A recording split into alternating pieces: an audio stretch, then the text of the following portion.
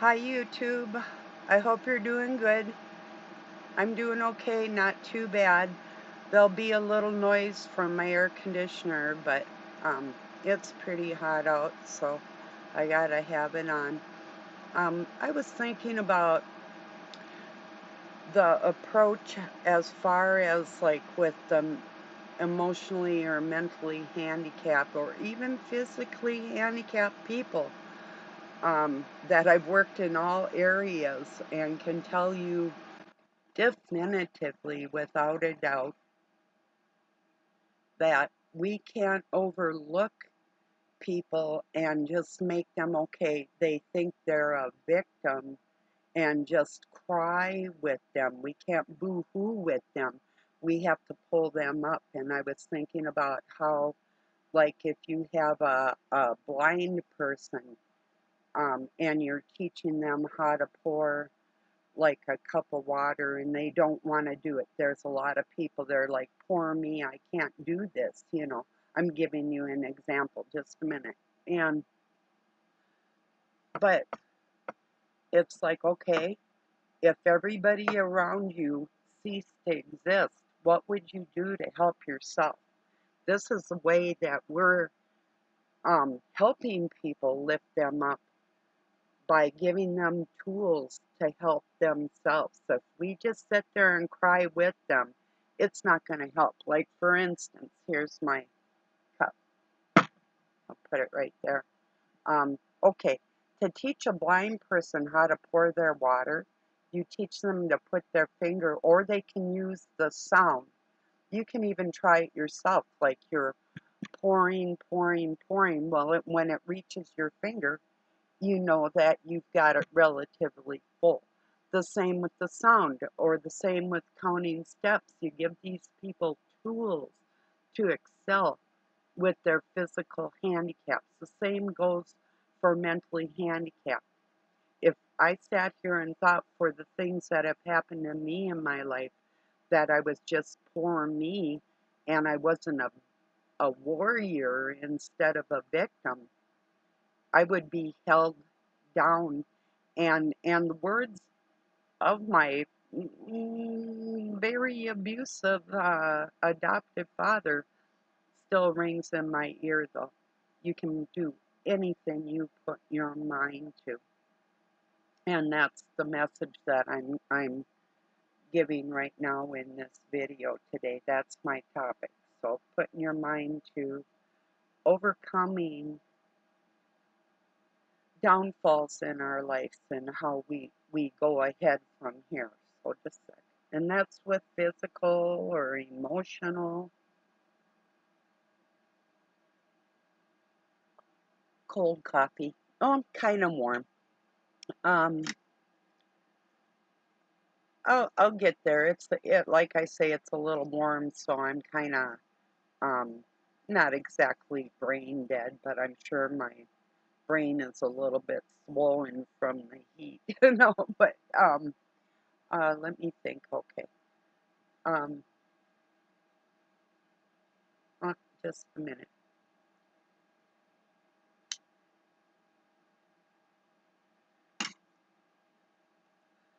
We have to, like with my son that's struggling physically, emotionally,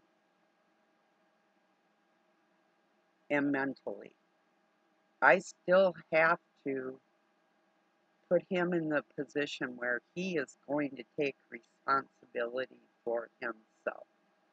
And I know God does that with me. There's not a doubt in my mind. I don't like it, and I'm still screaming for help inside.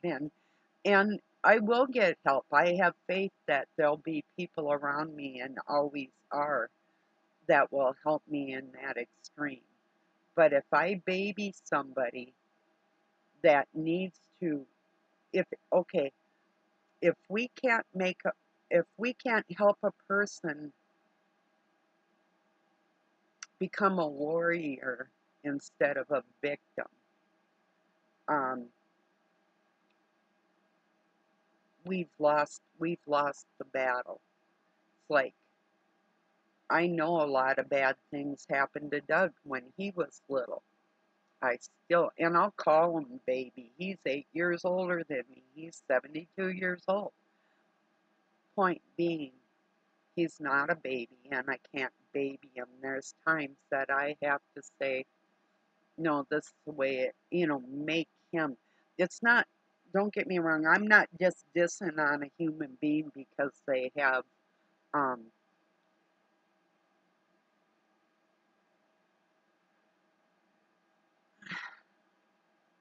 disadvantages. I'm just saying what it takes to help somebody become a warrior instead of the poor me syndrome. And once they start developing that warrior attitude, it becomes a lot easier for them. So I'll just sit and shoot the breeze with you, and that's I'm gonna kick back and just talk to you. I was just thinking about that. I can't really. It's like you can't help somebody if they don't want to help themselves. Well, that is true. I mean, you can keep babying them, and they're probably gonna like it. They aren't gonna. Um,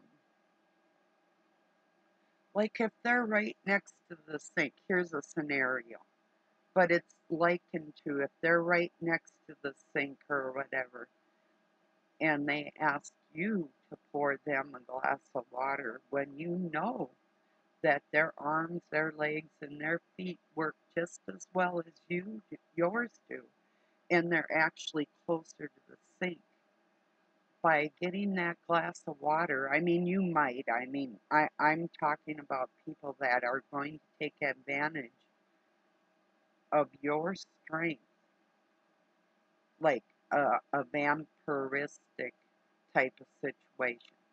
That can happen with the poor me's too. I've learned this from never being baby. And if I was by a man, it wasn't for the reasons that I wanted it to be, if you can get where I'm going there. It was fake. So, um, in order for me to rise above the things that I've been through, I had to become a warrior and not a poor me. I mean, I'll tell you about stories that are going on and bad things and weird things, and just the same with like that pump yesterday. The electronics on the pump started on fire. And there's more to that story too, but I mean,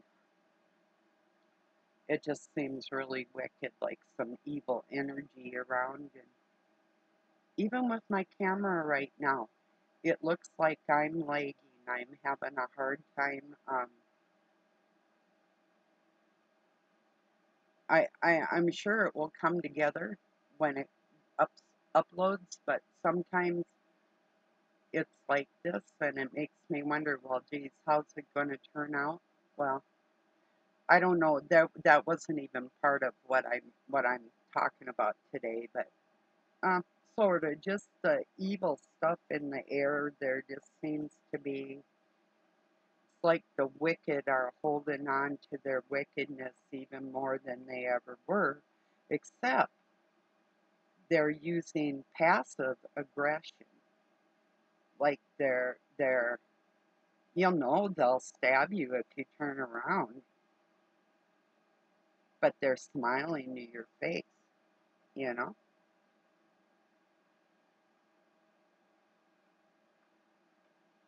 Anyway, back to the handicaps that people have in life.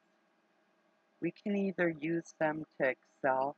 I mean, when you watch a blind person pour hot coffee, if you're not amazed by that, or make coffee, all of it, cook stuff, if you're not amazed by that and their strength in those areas, talk about emotionally handicapped. Can you just imagine what it's like to be totally in the darkness, no light? whatsoever, you know. Um, those are some strong people. If they can overcome those types of things, so can we. It's like people that will play sports and they don't even have any legs, you know. It's like I was listening to a Sean Baker. He ran into a gentleman over in Greece that was into um, uh, Special Olympics and actually on the German bobsledding team. Whoa, can you imagine going down a mountain with no legs? I mean, on a sled. Yeah, with no legs. Like, yeah, on my head. No, but anyway, haha. But that's one strong individual, you know. Even swimmers that only have arms and no legs.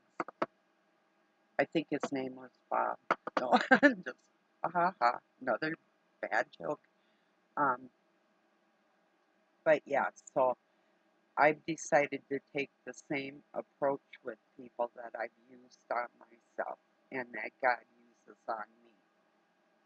It's like He'll help me, but I have to make an effort to help myself first. You know, um, I watched Sam Bog- Bachman, "Save Yourself, Not Others." It that you can't save anybody else if you're not doing it right yourself. If you're leading somebody, I think I have a hair in my eye. Excuse me. If you're not quite doing it right yourself, there's no way you could ever instruct somebody else to do it the proper way. That type of thing. So just stuff that's on my mind today. It's like, well, what do you do when you love somebody and they're struggling? Do you baby them? Not always. That's not gonna teach them anything. It's not gonna teach them how to be strong. Number one, we have to be honest with them. We don't have to necessarily be mean, but if they're crying wolf and they are the wolf, well, sometimes nice words aren't exactly what's required in that situation. Sometimes some cold, hard facts, like you are not being a nice person, that type of thing, is actually what's called for in that type of situation. That's true. It really is. I mean, like I said, you don't have to call people any names or anything, but pointing out a character flaw, whether their ego's too big to accept that or not, they'll never forget what you said, regardless.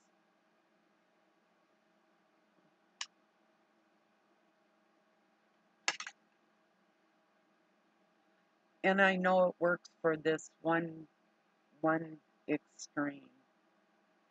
There are certain things that Doug used to do or say that he won't anymore. I mean, he still tries certain things, you know, but not as bad because I stopped the nonsense. Or I put a damper on it, you know. Um, it's kind of like binding a demonic spirit within another human being. If you call it out, point it out, and it's not tolerated, that type of thing. And if they love you enough to rise to the occasion, they may not rise right away. They might even be mad. It might even take them a while. But I believe that's the only way we're going to help people that are struggling is by being a little tough, because I've watched people that couldn't hear or see and had physical anomalies excel. And they were mad and they'd cry, and I actually even would get my hand slapped by people trying to help them, because you're trying to guide somebody's hand to help them out or do something, and they get frustrated or whatever the case may be. You better have a lot of patience if you've got patience, you know. Um, but back to the mentally handicapped type of situation, babying people just isn't gonna help them at all.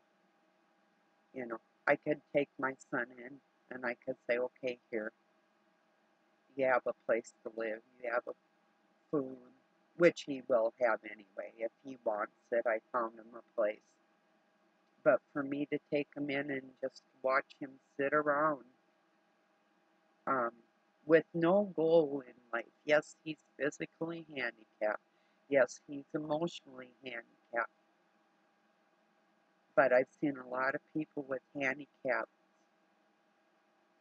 be successful in a community, even if it's just getting along with other people, even if it's just going to the store, even if you're like high anxiety from things that have happened to you in your life.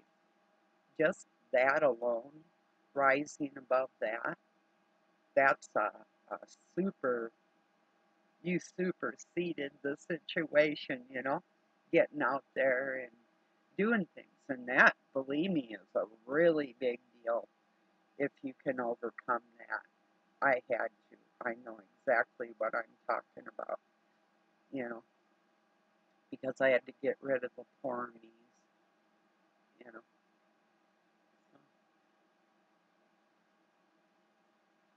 just a word, you know, for anybody that's, I'm not saying you have to be a total creep to other people, but being a little stern where they never expected it in areas where you might have babied them before, you need to stop doing that. You need to bring them up to speed with their own soul, and you have to hold a mirror up to their face with their actions and call it out for what it is. Maybe in the most gentle manner you can, but that's the way it's going to be. It's like times that I've talked to like my adopted parents or my kids or my grandkids, whatever the case may be, friends. It's like, look, this is what I require around me, you know. And a lot of them know the certain things that I've been through. So I really don't tolerate a whole lot of shenanigans around me. But they know, and they act accordingly too. Isn't that surprising? That you would have somebody that could be maybe just wild, confronting the world, but when they're around you, they act like a different person because they know it's not tolerated. And they know these things. Yeah, I've got people that are really mad at me for just telling them how it is, you know. I mean, okay, just like with a parent, when you tell a parent, like I did, if you touch my child, I'm going to press charges on you. You're not going to hit my child like I got hit, that type of thing. Well, they didn't like that, you know, that those type of scenarios with people like that. But they're never going to forget what I said, and it's ingrained on their hearts, you know. So, anyway. Then on the other hand, there's people that will tolerate a lot of stuff right up until the very end. Have you actually helped those people? Um,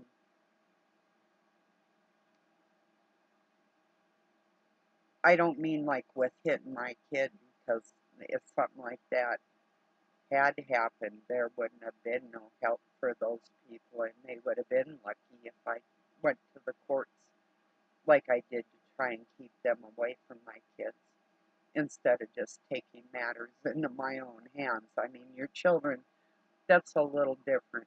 Um, I'm not saying that I would have, and I never did. I'm just saying what I felt like if they had done that, you know. Your child's a whole lot different than even talking to your parent, I guess. I don't know where I was going with that one either, but that's okay. I'll get there somehow. So, cheers, everybody. I hope your weekend was wonderful. Mine wasn't too bad. It was a little weird.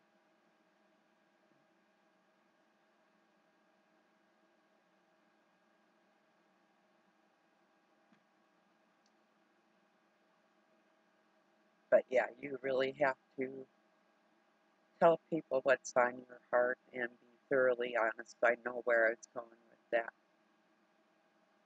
Even if it were to mean that they were to walk out of our lives forever, and I have had that happen by being steadfast in what I know I needed to be in my life, and I wanted them to become a part of that type of mindset and feeling, and um, it doesn't always work out.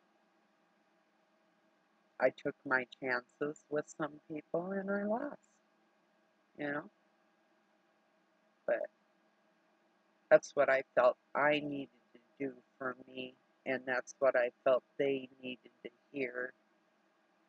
Certain people, different people. Yeah. No, I'm not um perfect where they couldn't say something against me and stand on solid ground with that, but my imperfections are not going to be causing harm to other people. So there's a big difference. If you're actually doing harm to somebody and expecting them to overlook it, that's a big deal, you know. And if you can't trust somebody, especially if they're like impulsive or have certain behavioral problems, you got to take care of yourself first. You have to worry about you, you know.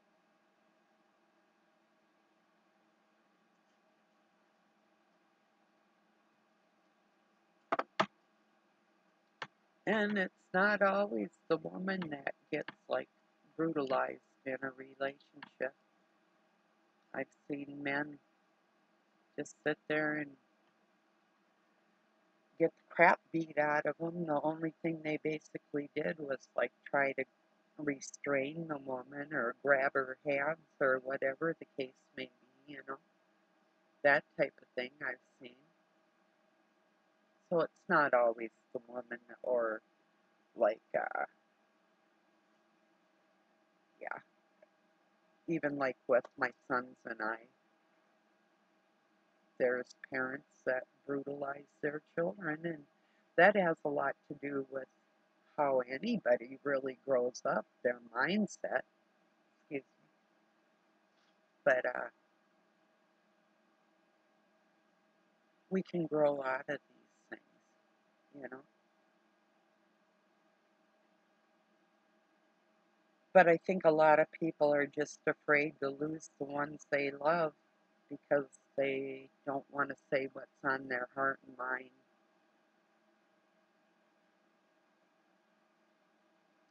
And I think that we end up losing them in the end anyway because um, if there is a difference, I guess that whatever is deemed to be acceptable in society, you know, I'm not talking about something that's lewd or crass or crude or what is becoming normal on this planet as far as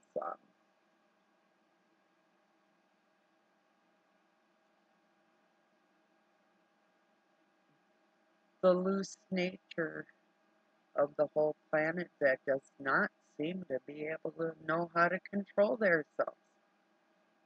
That trips me out on a daily basis, you know.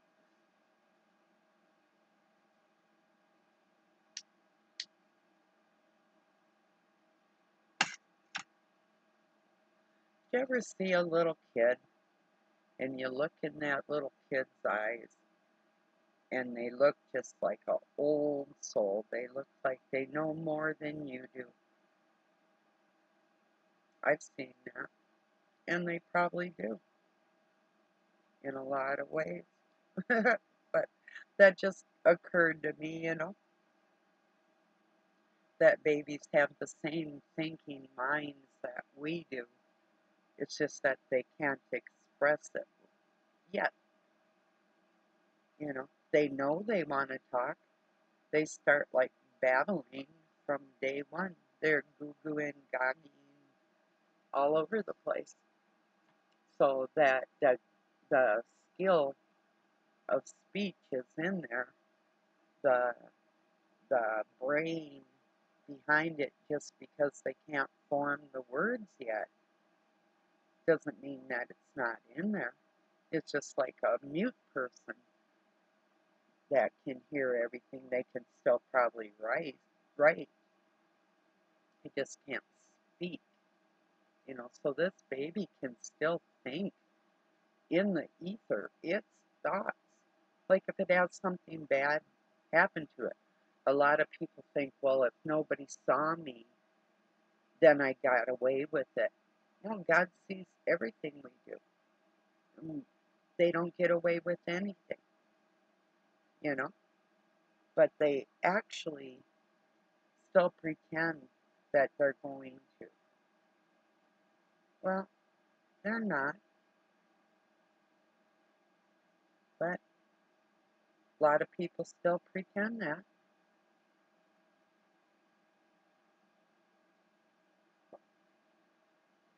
I know somebody that struggles with being around a lot of what I was around, hollering and chaos and upset and that type of thing. And yeah, it takes a while to grow and separate, yeah, um, yeah, separate that type of feeling from us when we're raised with it. You know, maybe it's easier for some people than it is for others. And with men, that to me has a lot to do with oh, the pretense of having to be like macho.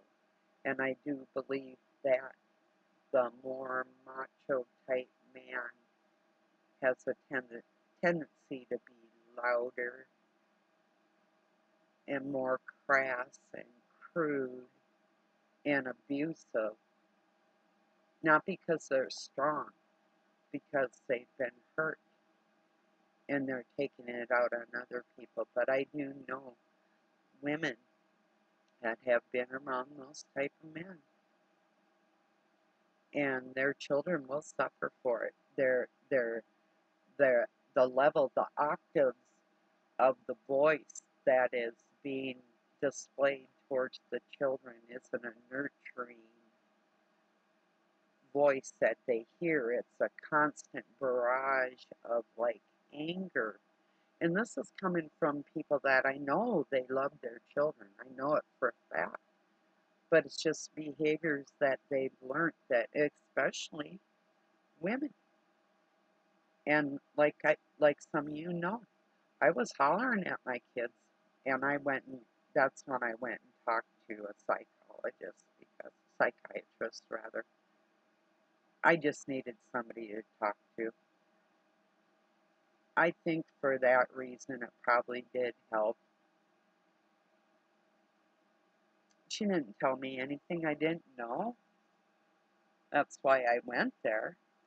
But I don't think some people really recognize things that we were taught in our youth, how it inflicts on our children, and the like the angry voice, if that's all a kid ever hears, is that frustrated, angry, or even ignorant moms that don't pay a lot of attention to their children. You know, um, they don't feel love.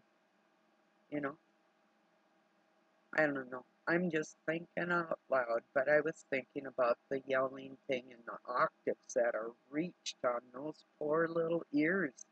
And sometimes babies are like brand new and they're around stuff like that. And uh, my son took his family and moved because his first daughter was brand new and he was screaming like that. And I just told him, I said, you're going to end up, I didn't say I was going to, I said, you're going to end up having the police called on you, you know. But I was going to talk more about it. But at that point, I actually was in my dress clothes. My granddaughter was a month old, and I wanted to meet her. I had crocheted these cute little booties and mittens and a bib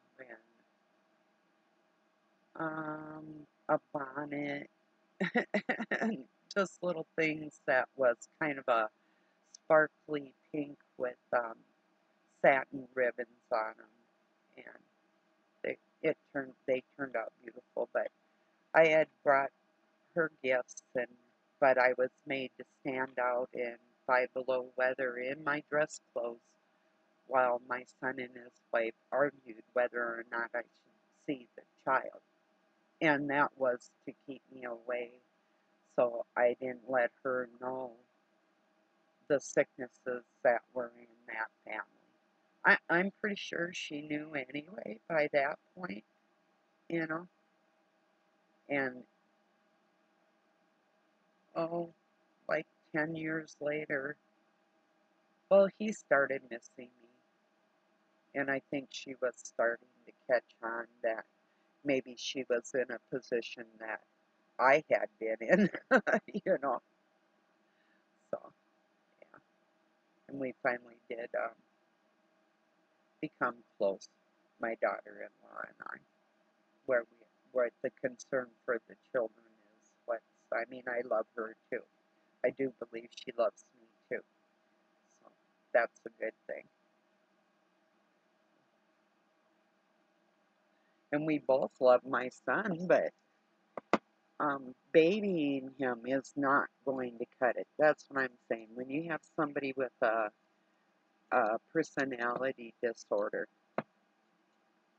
you can't baby him. You're doing a disservice to him by not. You do have to chance losing people you love, to be honest with them, what's acceptable in society as a part of a family, as a part of a united situation, whatever that is, you know.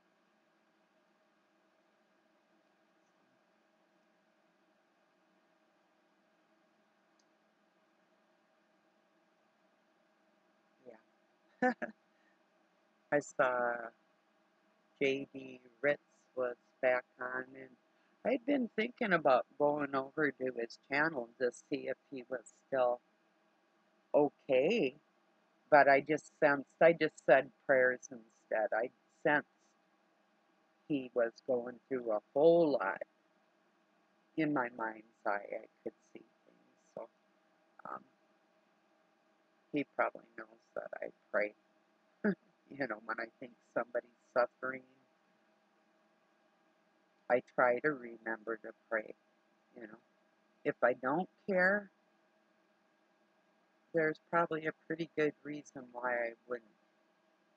Like if they're a part of the people that want to destroy me, yeah, I have a hard time caring.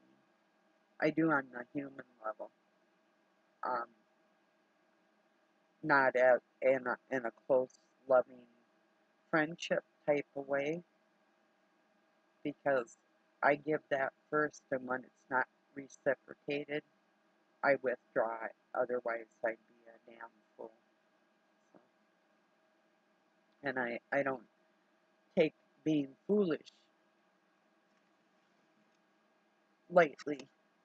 I don't like it. It's not that I can expect everybody on the planet to like me, but there's really no conceivable reason that they wouldn't. The only reason somebody wouldn't like me is if they were doing things out of the will of God, knowing that I wouldn't do that same thing, and that would be the only reason why they wouldn't like me.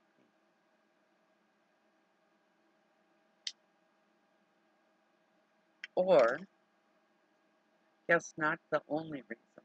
Well, yeah, it would fall in line with otherwise they're a great big fat liar and they know I know the truth about a lot of stuff and they can't face me because they have done me wrong. There's another scenario, you know.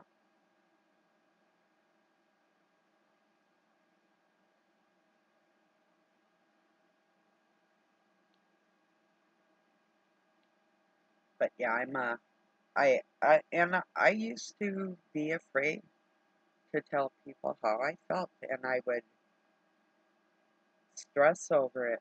Geez, should I say something? Shouldn't I say something? And I found honesty and openness about my feelings and pointing out extreme character flaws that can hurt people that we care about,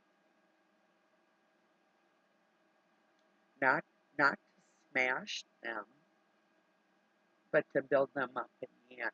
But they do need time to think about it. It's like your kid. If your kid steals something,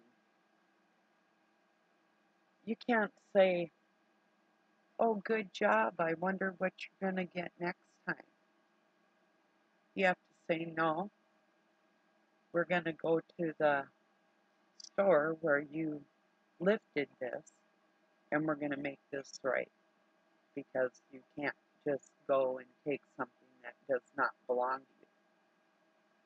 Where we live in a society where we work for things, we earn them, and you're not going to teach your child how to earn things for themselves if you're not honest with them.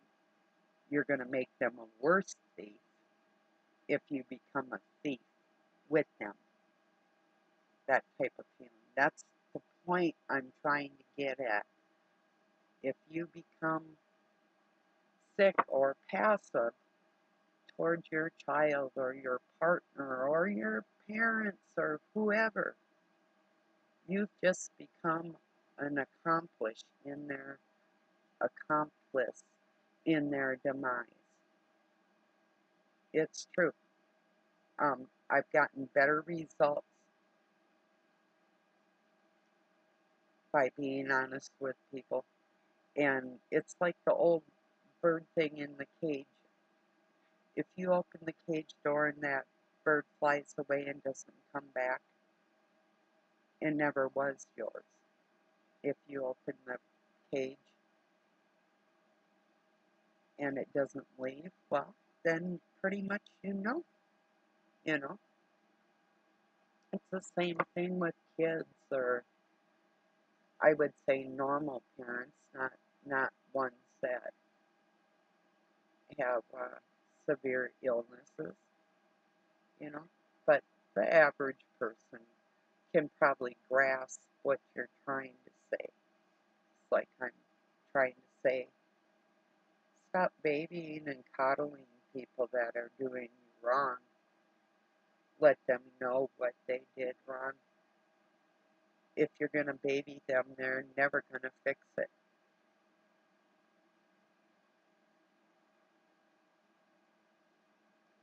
It's very true.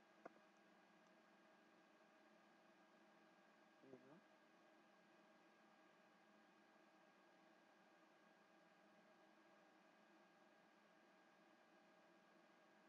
Just like there's certain ways that we act in public and we act, well, we should act in private too, I would hope, typically. Well, hopefully, what would you would do in public and what you would do in private. I'm not talking sexual, I'm talking like the way you talk to people, the, um, you know, okay, just wait. I know there's a big feeling in here I'm trying to get out with this whole thing if I haven't yet. But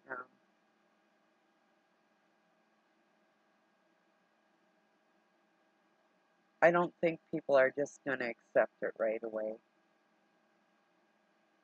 And they can put on a smiley face out in public and be total monsters behind closed doors. Well, then, too, by way of trying to normalize what they're doing in life, they try to make people around them the same way they are. When's it all ever going to end? If we don't say, hey, this isn't acceptable in a society, this isn't the way things work to be healthy, you know? It's the same thing with sexual education with 5-year-olds. That's totally unnecessary, you know? Children explore by themselves and their parents can teach them.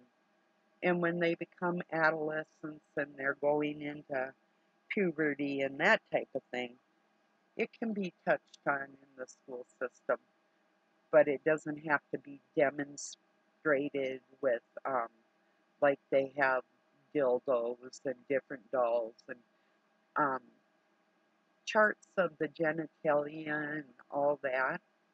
That's enough. They don't have to get explicit with these children. These children are surrounded by lewd and crude throughout the whole world as it is. We don't have to pour more of it on it and just let it become acceptable because it's not acceptable. It's not normal.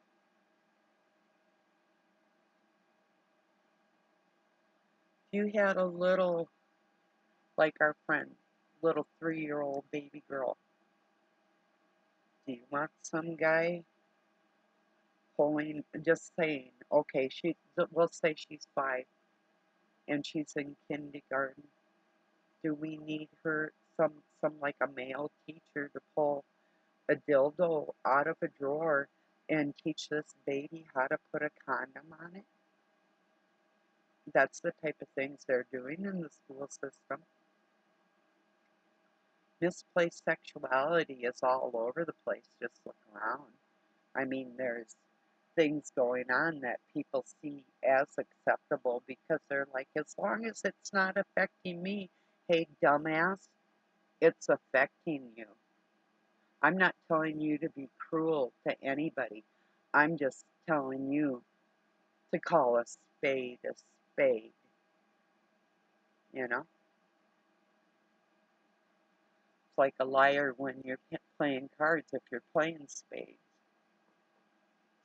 you're not going to, when somebody lays down the spades and you have spades, you can't throw out a diamond.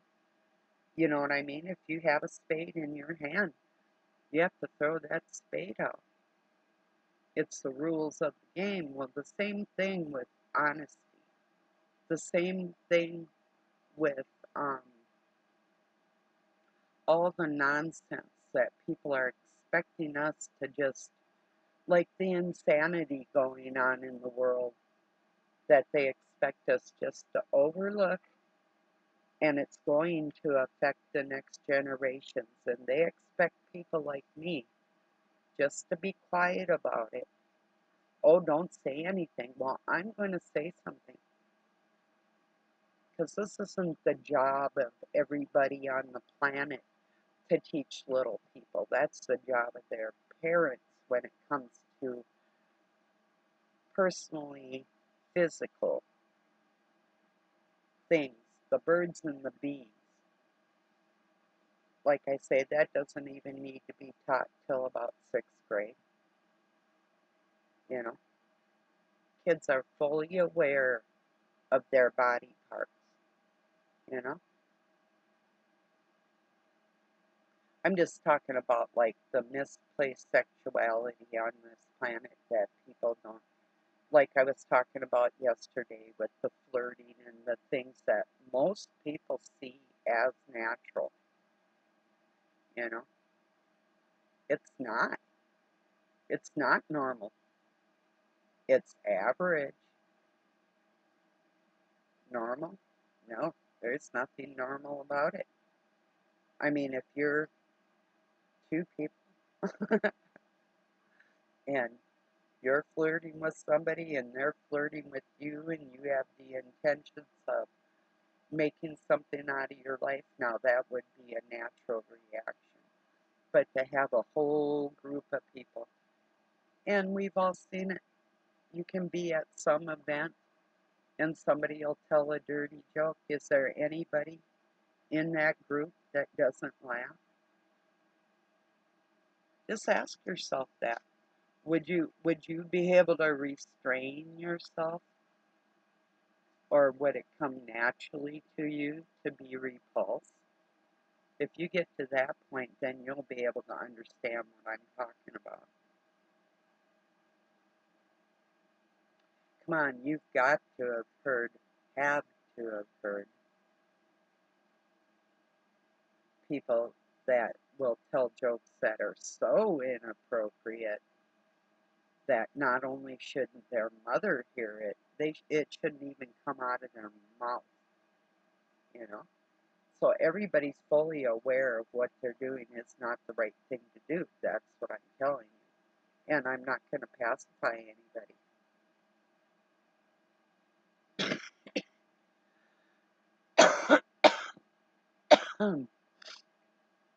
They don't deserve it. It's language and actions around little people have destroyed a lot of lives in that area.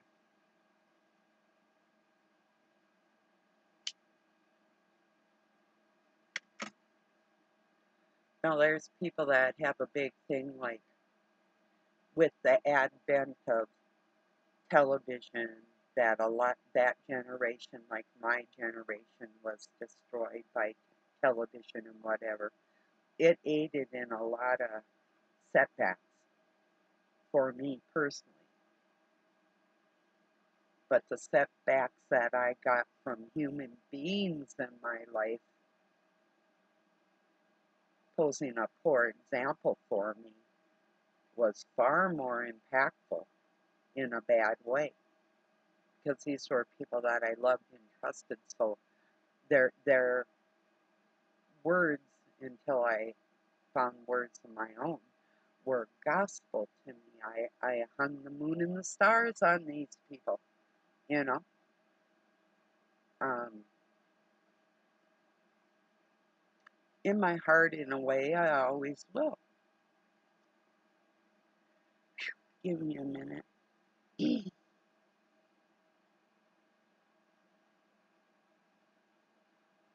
I'm sure they're not, or my dad's dead, but I'm sure, like my adopted mom, she's not aware of it, that I have that much love. Yeah, highly doubt it. I do have allergies too, besides being a big baby, crybaby. It's a touchy subject, you know, but I had to be strong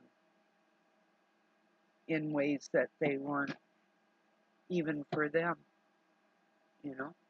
And I used to go up to my mom or my dad and I'd smush their cheeks and I'd kiss them and say, like, my baby mom or my baby daddy. Before baby daddy meant something else, you know. So that's just the type of kid I was, you know. And yeah, they thought I was funny, but I also irritated the hell out of them. They didn't know how to react to all that, you know. It was hard on them,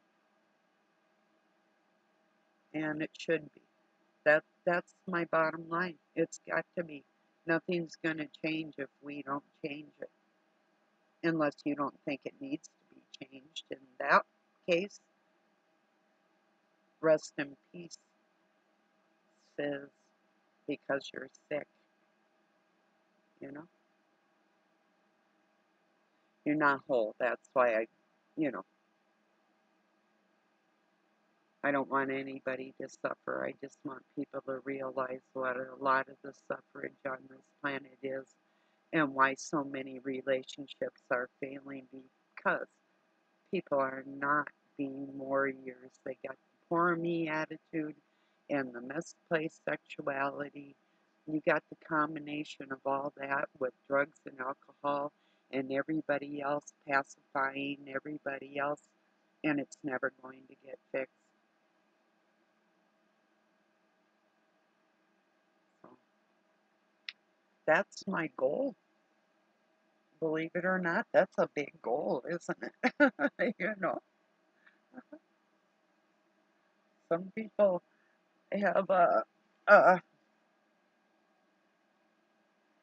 dreams and visions and goals that they can obtain, like it's immediate gratification. Like, oh, I'm gonna go to the store and I'm gonna buy like this candy bar, and that's like your goal for the day. Or I'm gonna get this job and I'm gonna excel in it, or read this book, and when I'm done, I achieve that or whatever. My goal is far reaching into the future for other people. It's like I want to make a difference. I want everybody to know that there's a healthier way to go about sexuality and teaching children. And um, I believe what I did instill in my sons will pay off in the long run. I might not see it, but I have to have that faith, you know, because that's who God made me to be. That's who I am, you know.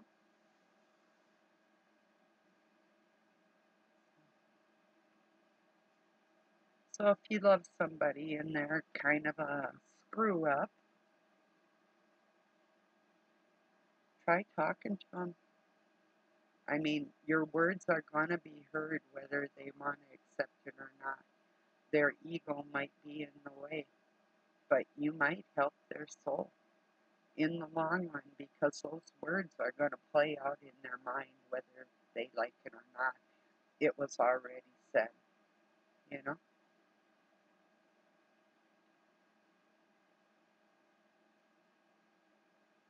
It's kind of like having a tattoo removed if you do or did or whoever or whatever. Just the scenario. You're still going to have a scar unless they do some surgery to replace or graft skin or something like that. But there'll still be a scar, you know? So when you plant a seed, expect it to grow. That's the way I look at it. It might not grow in front of me, and that seed that might even hate me for putting it in the dirt and pouring water on it, but I expect that it's going to bloom and blossom into a beautiful tree someday, or flower or whatever type of seed I'm planting,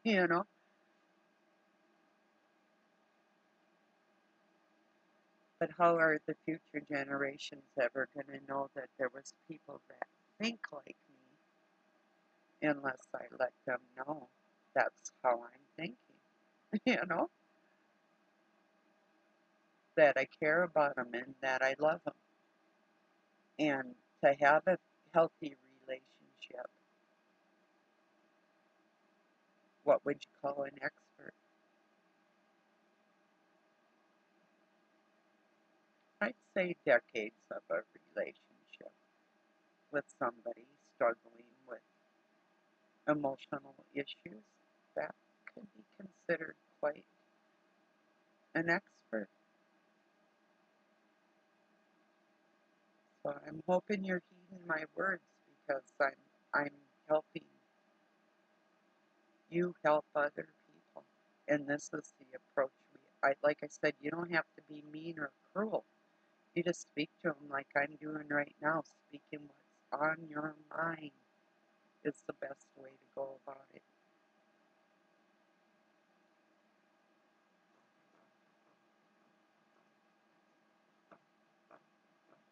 Don't don't take it lightly that there's adolescents and children out on this planet right now that don't know what gender they are.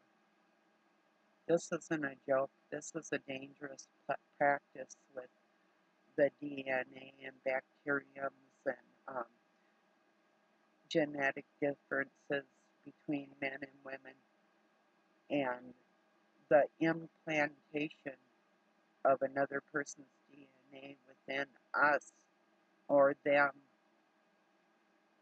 that they don't understand the harm behind the whole thing and the transference of demons within the situation and the dangers that could pose in their lives in the long run.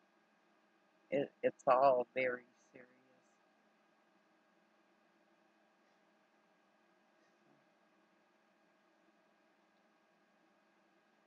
Well, I think I'm going to get this uploaded. That really is my point.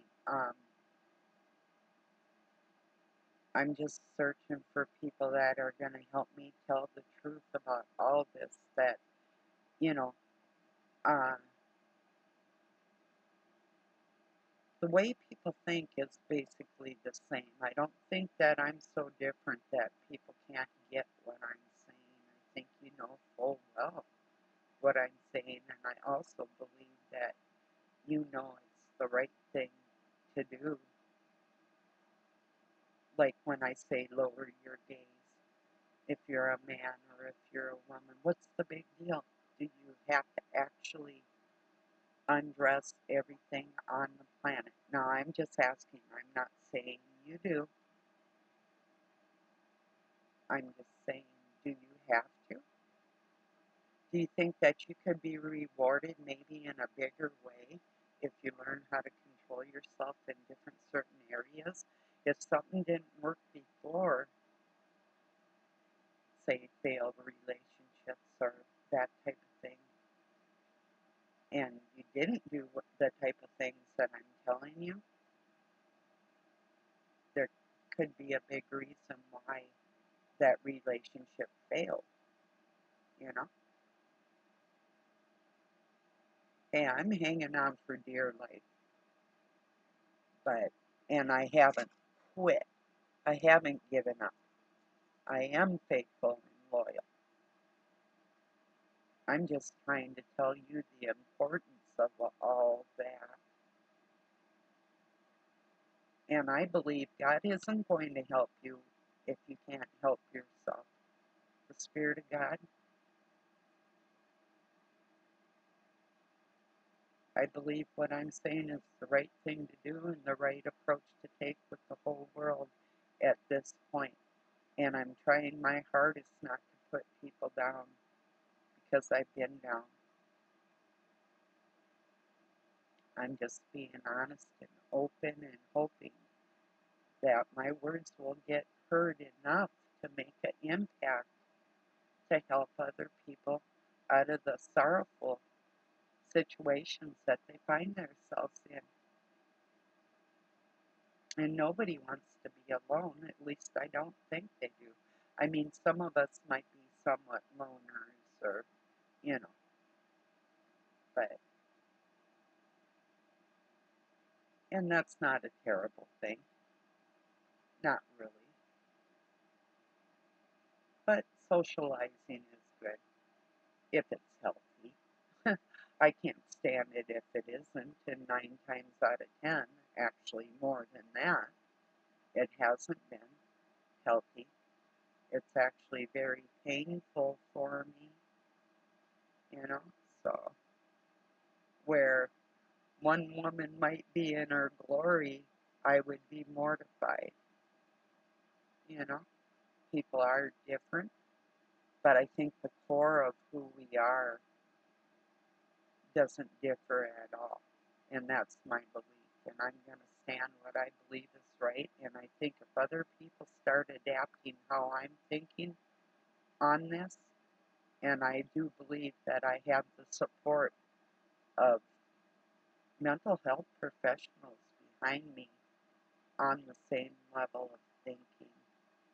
I believe that. And I think I'm going to be able to prove this to the world that we have people out here that are in the mental health care field that are doing great disservices to people, and people that are in ministries and different areas that are lacking.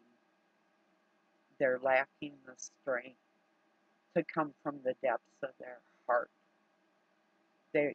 It's always got to be by the script. They always have to read. God's in your heart. Why do you need a script? They always have to read, well, this is what Jesus said. Well, that's just sweet, Sparky. What does your heart say? Why don't you tell me something about yourself? I don't need to hear what Jesus said. I read the book over 6 times, word for word. So I really don't need to be schooled in that area, although I do love hearing the scripture and comparisons and things that are going on in the world, like with Revelation and that type of thing. But in all reality, I'd rather hear somebody talking from the depth of their heart. If they claim they have God in their heart, then they should be able to speak on that level, right?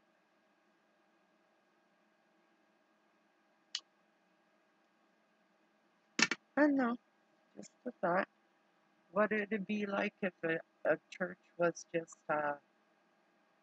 put your Bible away today?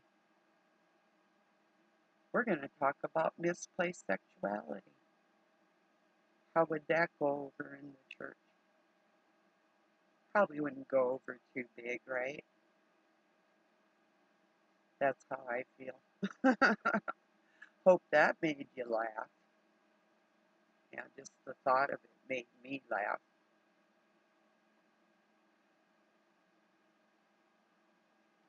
I don't think there's anybody out there brave enough to start talking on that level. Not yet. Maybe if I beat it into their heads a little more, they'll finally get it. Would you? Yeah, like that's one of their thanks ahead of time. I'll just have faith that I'll see that pretty soon out here.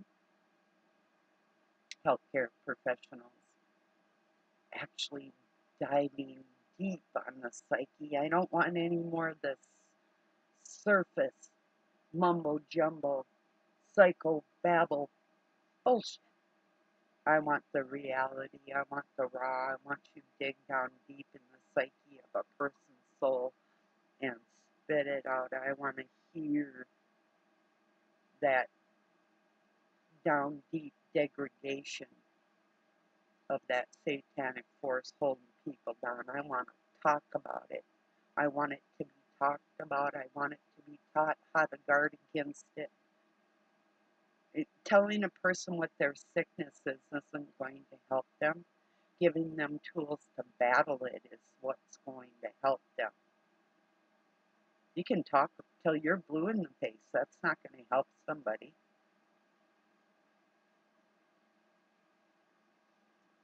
You could say, hey, look, this is what I've done to help myself. That might be able to help you too. And that goes back to not coddling people that are struggling. Make warriors out of them, not victims. Don't help the victim. Don't sit down and cry with the victim. Can you imagine that? Like you're having a heart attack and the EMP or the TMA comes in and starts crying with you, or a nurse that's going to cry. I mean, talk about worthless. Or join in. If you join in Sodom and Gomorrah, how are you going to help protect the keep the ones safe that aren't included in those activities? That's what we need to do.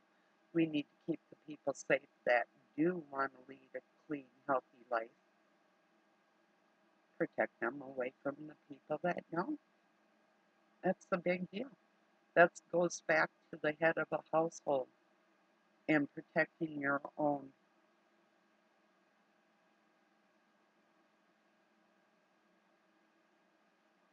And I don't see enough of that on this planet. I'd like to see more. So, well, I'm going to let this go. I think that's pretty much I've made my point. You can't baby, whether you deem it evil, mentally unstable, emotionally handicapped, young, old, crude, or just ignorant. We still have to address the facts honestly and talk to people on a level they're going to understand. And obviously, what has been taught in the churches is not giving people the understanding that they need and the tools to protect themselves. The armor of God, yeah, that's all cool. That is cool. It still doesn't teach the tools to protect yourself and other people. It just doesn't. There's not a manual like with this behavior problem. This is how we approach this subject. I mean, they're starting to, don't get me wrong. I'm not saying that there's not psychiatrists out there and there's not set plans that, like different techniques and things that aren't going to help people that they don't know about or anything, because there is.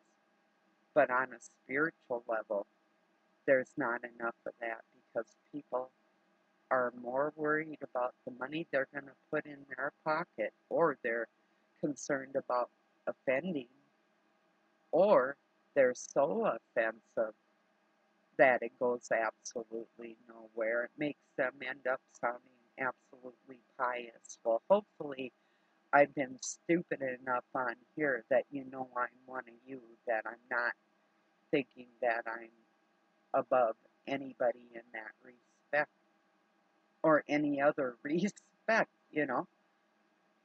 because I'm trying to give you tools that have helped me and other people, and I believe it's the right way to go. So that's my message for today, or my chat with you, either way. I love y'all. I appreciate you being here. Thank you, thank you. Have a really beautiful week ahead. Peace and love from Pine City, Minnesota, USA. You're special to me, every one of you. I mean it with all my heart. Talk to you tomorrow.